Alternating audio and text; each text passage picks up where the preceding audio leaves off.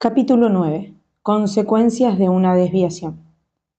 Barbicane estaba ya tranquilo, si no por el éxito del viaje, al menos por la fuerza impulsora del proyectil. Su velocidad virtual le arrastraba más allá de la línea neutra. Por consiguiente, ni volvía a la Tierra ni se quedaba inmóvil en el punto de atracción. Una sola hipótesis faltaba realizar: la llegada del proyectil a su blanco, bajo la acción de la atracción lunar. En realidad, era una caída de 8.296 leguas, sobre un astro en que, ciertamente, la gravedad no es sino una sexta parte que en la Tierra. Pero, sin embargo, era siempre una caída formidable, contra la cual convenía tomar toda clase de precauciones. Estas precauciones podían ser de dos especies. Unas debían amortiguar el golpe en el momento en que el proyectil tocase el suelo lunar, y las otras debían retardar su caída, haciéndola, por consiguiente, menos violenta. Para amortiguar el golpe, era lástima que Barbicane no hubiera podido emplear los medios que tan bien habían atenuado el choque de salida, es decir, el agua empleada como muelle y los tabiques móviles. Los tabiques existían, pero faltaba el agua, porque no se podía emplear en aquella mole que quedaba, puesto que era indispensable para el caso en que faltara agua los primeros días de estancia en el suelo lunar. Además, aquel repuesto había sido suficiente para servir el muelle, porque la capa de agua encerrada en el proyectil al tiempo de su partida y en la que descansaba el disco impermeable no ocupaba menos de 3 pies de altura en una superficie de 50 pies cuadrados. Medía 6 metros cúbicos y su peso era de 5.750 kilogramos, mientras que los recipientes no contenían ni la quinta parte. Preciso era, pues, renunciar a este medio de amortiguar el choque de llegada.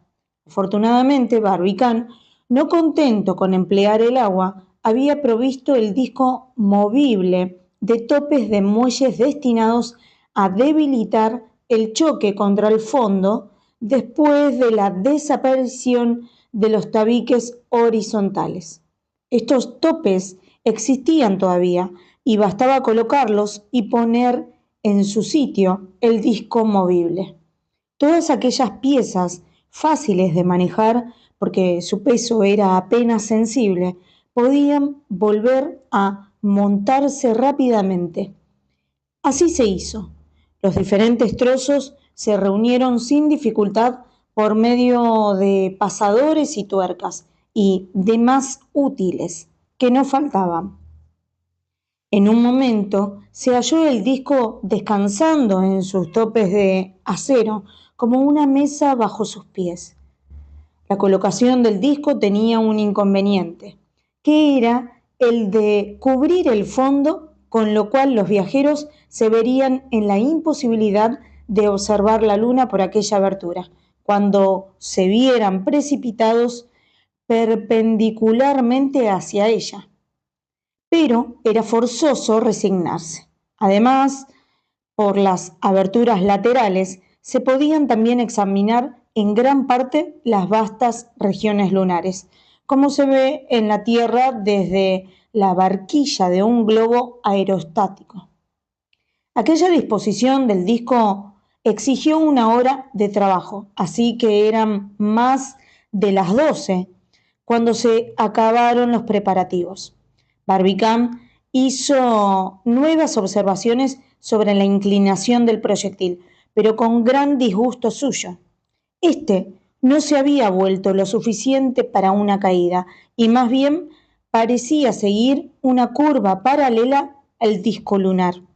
El astro de la noche brillaba espléndidamente en el espacio, mientras del lado opuesto el astro del día incendiaba con sus fuegos. Aquella situación no dejaba de ser alarmante. ¿Llegaremos?, dijo Nicole. Hagamos como si hubiéramos de llegar, respondió Barbicán. Sois unos agonizantes, replicó Michael Ardam.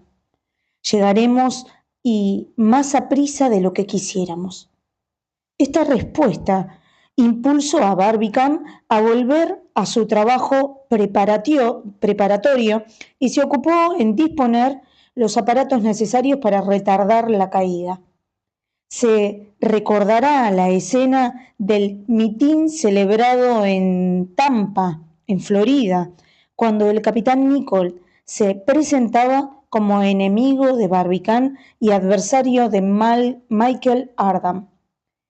A las afirmaciones del capitán Nicol, que se empeñaba en sostener que el proyectil se haría pedazos, contestaba Michael que tardaría su caída por medio de cohetes convenientemente dispuestos. Y en efecto, se concebía bien que, disparando desde la parte exterior del fondo del proyectil cohetes de gran potencia, no podían menos de producir un movimiento de retroceso que disminuyera considerablemente la velocidad de aquel.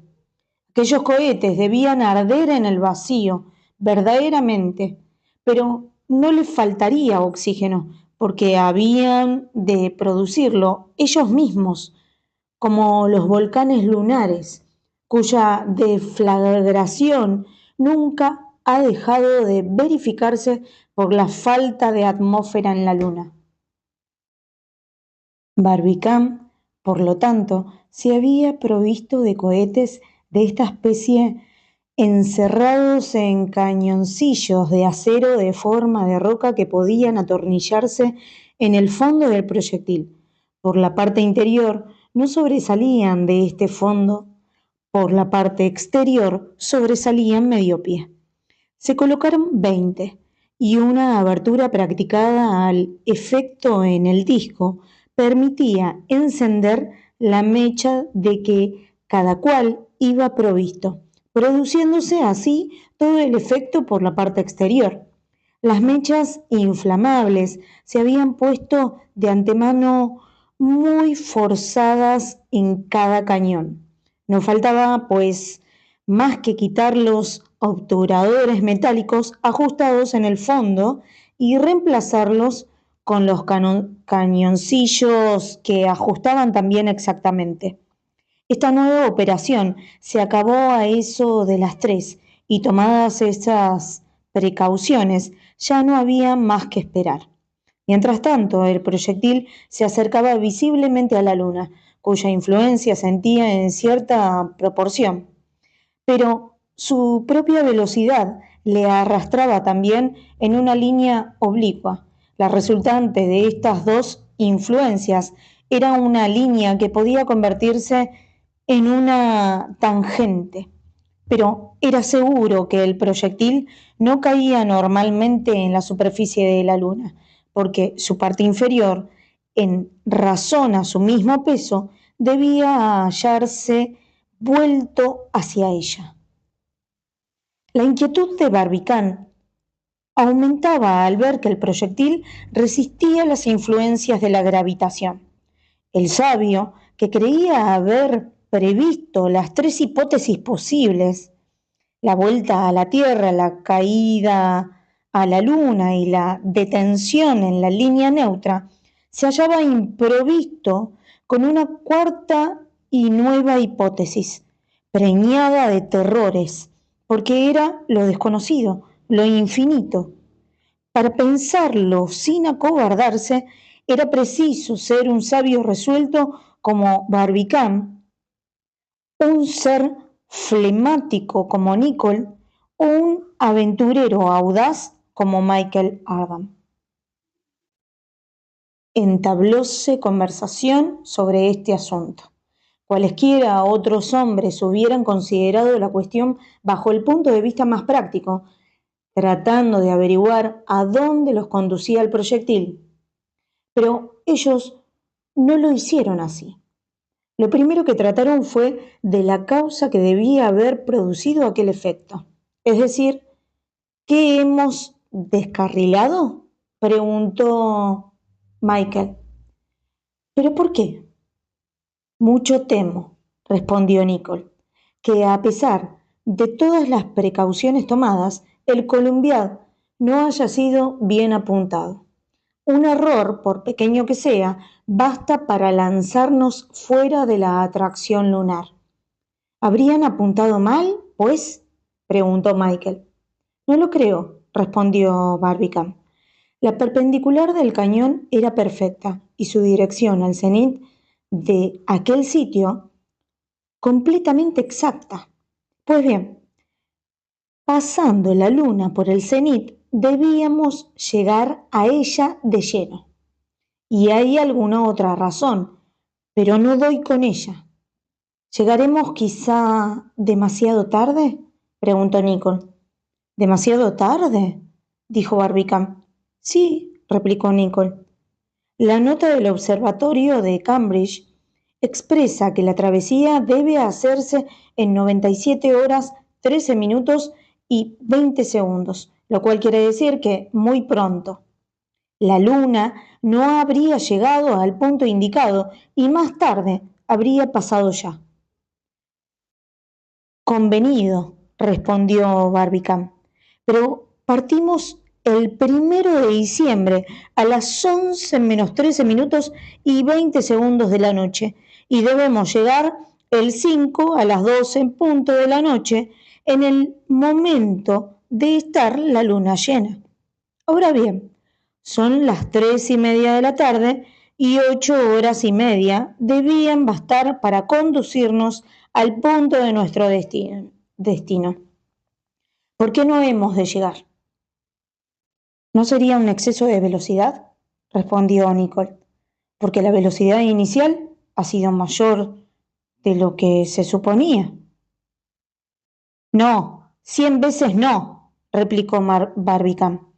Un exceso de velocidad, si la dirección del proyectil hubiera sido buena, no nos habría impedido llegar a la luna. No, hay una desviación. Hemos sido desviados. ¿Por quién y por qué?, preguntó Nicole. No puedo decirlo, respondió Barbicane. Pues bien, Barbicane, dijo entonces Michael, ¿quieres saber lo que pienso acerca del motivo causante de esa desviación? Habla. No daría medio peso por saberlo. No hemos desviado. Este es el hecho. ¿A dónde vamos? No me importa, ya lo veremos. ¿Qué diablo? Puesto que vamos atravesando el espacio, acabaremos por caer en un centro cualquiera de atracción. Esta indiferencia de Michael Ardan no podía contentar a Barbicane, y no porque le inquietara el porvenir, sino porque a toda costa quería saber por qué se había desviado el proyectil. Mientras tanto, éste seguía marchando el sentido lateral a la luna y con él todos los objetos arrojados al exterior. Barbicane pudo cerciorarse tomando puntos de mira en la luna, cuya distancia era inferior a 2000 leguas, de que su velocidad era uniforme. Nueva prueba de que no había caída. Los tres amigos, no teniendo otra cosa que hacer, continuaron sus observaciones. Sin embargo, no podían aún determinar las disposiciones topográficas del satélite. Todas sus desigualdades se nivelaban bajo la proyección de los rayos solares. Así estuvieron observando por los cristales laterales hasta las 8 de la noche. La luna había aumentado de tal manera que cubría la mitad del firmamento. El sol, por un lado, y el astro de la noche por el otro. Inundaban de luz el proyectil. En aquel momento Barbicane creyó poder apreciar en 700 leguas solamente la distancia que lo separaba de su objetivo. La velocidad del proyectil parecía ser unos 200 metros por segundo, o sea, poco más o menos 170 leguas por hora. El fondo del proyectil se inclinaba hacia la luna obedeciendo a la fuerza centrípeta, pero la fuerza centrífuga dominaba siempre, siendo, por lo tanto, probable que la trayectoria rectilínea se trocara en una curva cualquiera cuya naturaleza no era posible determinar, desde luego. Barbicane seguía buscando la solución de su problema irresoluble. Las horas pasaban sin resultado. El proyectil se acercaba visiblemente a la luna, pero era también visible que no llegaría a ella. En cuanto a la distancia más corta a la que se llegaría, debía ser la resultante de las dos fuerzas atractiva y repulsiva que solicitaban al móvil. Yo no pido más que una cosa, repetía Michael, pasar bastante cerca de la luna para penetrar sus secretos. Maldita sea entonces, exclamó Nicole, la causa que ha hecho desviar nuestro proyectil. Maldito sea entonces, respondió Barbicane, como si se le ocurriera de repente, aquel bólido que nos hemos encontrado en el camino. Dijo Michael. ¿Qué quiere decir? Exclamó Nicole. Quiero decir, respondió Barbicane con acento de convicción, que nuestra desviación se debe únicamente al encuentro de aquel cuerpo errante. Pero si no nos ha tocado, respondió Michael. ¿Y qué importa? Su masa, comparada con la de nuestro proyectil, era enorme y su atracción ha bastado para influir en nuestra dirección. ¿Tan poca cosa? Exclamó Nicole. Sí, amigo Nicole, pero por poco que fuera, en una distancia de 84.000 leguas, no hacía falta más para apartarnos de nuestro camino.